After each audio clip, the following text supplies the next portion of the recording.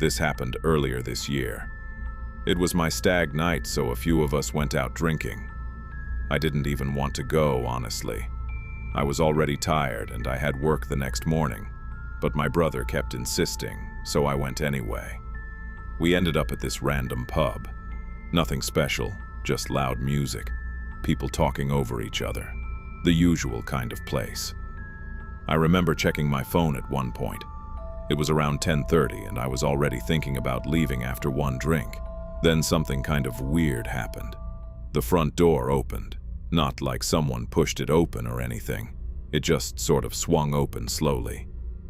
A couple people near the entrance looked over, like they were expecting someone to walk in, but no one did. It stayed open for a few seconds, then slowly closed again. One guy near the door actually walked over and looked outside for a second, like maybe someone had just stepped away. Then he came back in and just shrugged like he didn't see anything. I didn't really think much of it.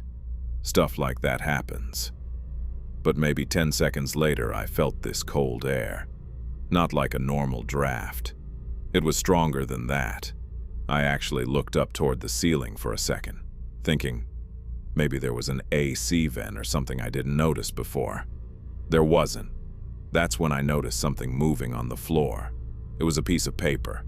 At first I thought it was just sliding because of the air, but it wasn't moving randomly. It would slow down, then shift slightly, then keep going, like it was correcting itself. It moved around a couple of chair legs and came straight toward our table. Kelvin picked it up. "Is this yours?" he asked. I told him no. It was some kind of flyer. It said Midnight Halloween Tour, Dream World. That name sounded familiar. I hadn't heard it in years, but I remembered it was this old theme park that shut down when we were younger. I think there were accidents or something. People got hurt and eventually it just closed. I kind of laughed and said something like, "Who's even running this?" Kelvin shrugged. "Probably just some Halloween thing." I kept looking at it. I don't know why. After a few seconds, I told him we should check it out. He looked at me like I was joking. "You're serious?" I shrugged. "Why not? It's not far." Looking back, I still don't know why I said that. My brother overheard and started laughing, saying it sounded like a waste of time. Him and his friend ended up leaving for a club not long after. That was the last time I saw him. Me and Kelvin got there maybe around 11:45. The place looked abandoned. There were metal sheets set up around the perimeter, like construction had been started, and then just stopped. You could still see parts of the park through gaps in the fencing. Behind us, the street was normal, cars passing, people walking. Everything felt fine. We stood there for a few seconds, just looking at it. Kelvin even said, "You sure this is actually a thing?" I almost said no, but then two girls walked up. They said they were there for the same thing. One of them showed the same flyer. That made it feel a bit more legit. Like maybe it was actually organized. Then someone spoke behind us. "Evening." We all turned. There was a man standing near the fence. I didn't see him walk up, but I figured maybe he'd been there the whole time and I just didn't notice. He introduced himself as Eric, said he was the tour guide. His voice was normal, nothing off about it. If anything, he sounded kind of bored. Kelvin even asked, "This actually happening tonight?" Eric just nodded. "Starts now." Then he turned and started walking along the fence. Didn't really check if we were following. We hesitated for a second. I remember looking at Kelvin like, "You good?" He just shrugged. So we followed. There was a gap between two of the metal sheets, and that's how we got in. At first, everything seemed normal. We could still hear the street behind us. Cars, people talking, music. I even checked my phone again out of habit. Still had signal. Didn't seem that far in. We kept walking for maybe 30 seconds. Then I noticed something. The sound behind us wasn't fading. It just stopped, like someone muted it. Kelvin stopped walking. Wait, do you hear that? I listened. Nothing. No cars, no voices, nothing. I turned around. The entrance already looked further away than it should have been, like we'd been walking longer than we actually had. I didn't say anything. Eric just kept walking, like nothing happened. He started pointing out parts of the park, talking about accidents, dates, names.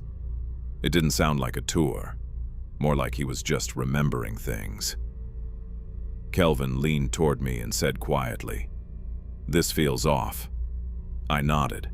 At one point, Eric stopped and said, "You're not enjoying this." No one really responded. Then he added, "You think it's fake?" One of the girls laughed a little. "I mean, yeah."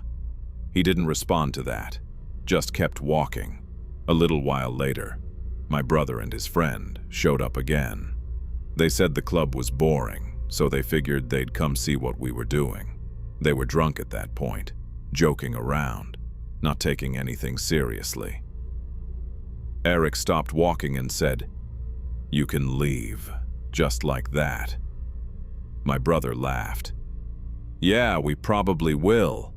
So they turned around and started heading back. One of the girls went with them. We watched them for a bit. Kelvin said, "They'll be back in a minute." I even checked the time again. Maybe 10 seconds passed. Then we realized we couldn't hear them anymore. No footsteps, no talking, nothing. That's when something really started to feel wrong. After that, Eric started saying things that didn't make sense. He mentioned where Kelvin worked. Then he said the exact street I used to live on. Not just the area, the actual street. I asked him how he knew that. He didn't turn around. He just said, "You brought it."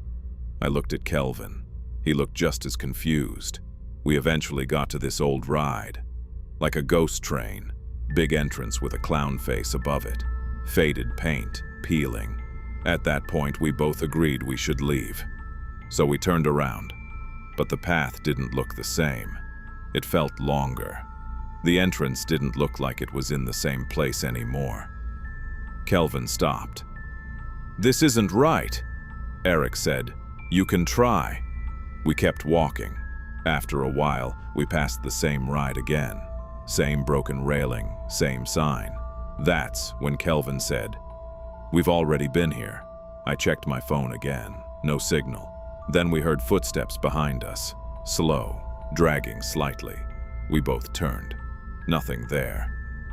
As soon as we started walking again, the footsteps came back. Same distance, same pace, just following us. One of the girls started crying.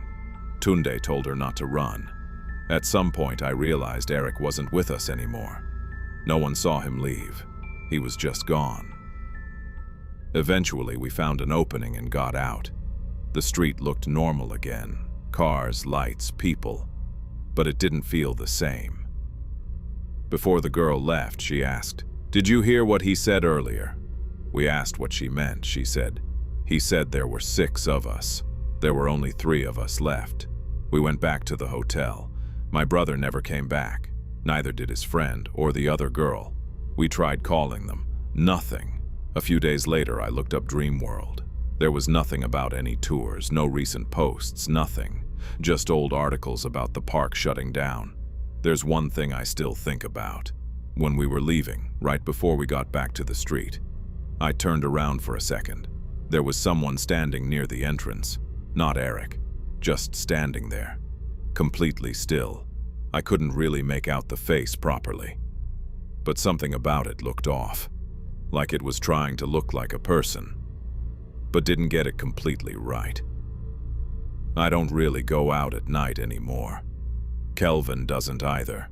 We don't talk about it. But sometimes, if I'm in a crowded place, I catch myself counting. I always stop at 5, because I don't want to know who the 6th one is.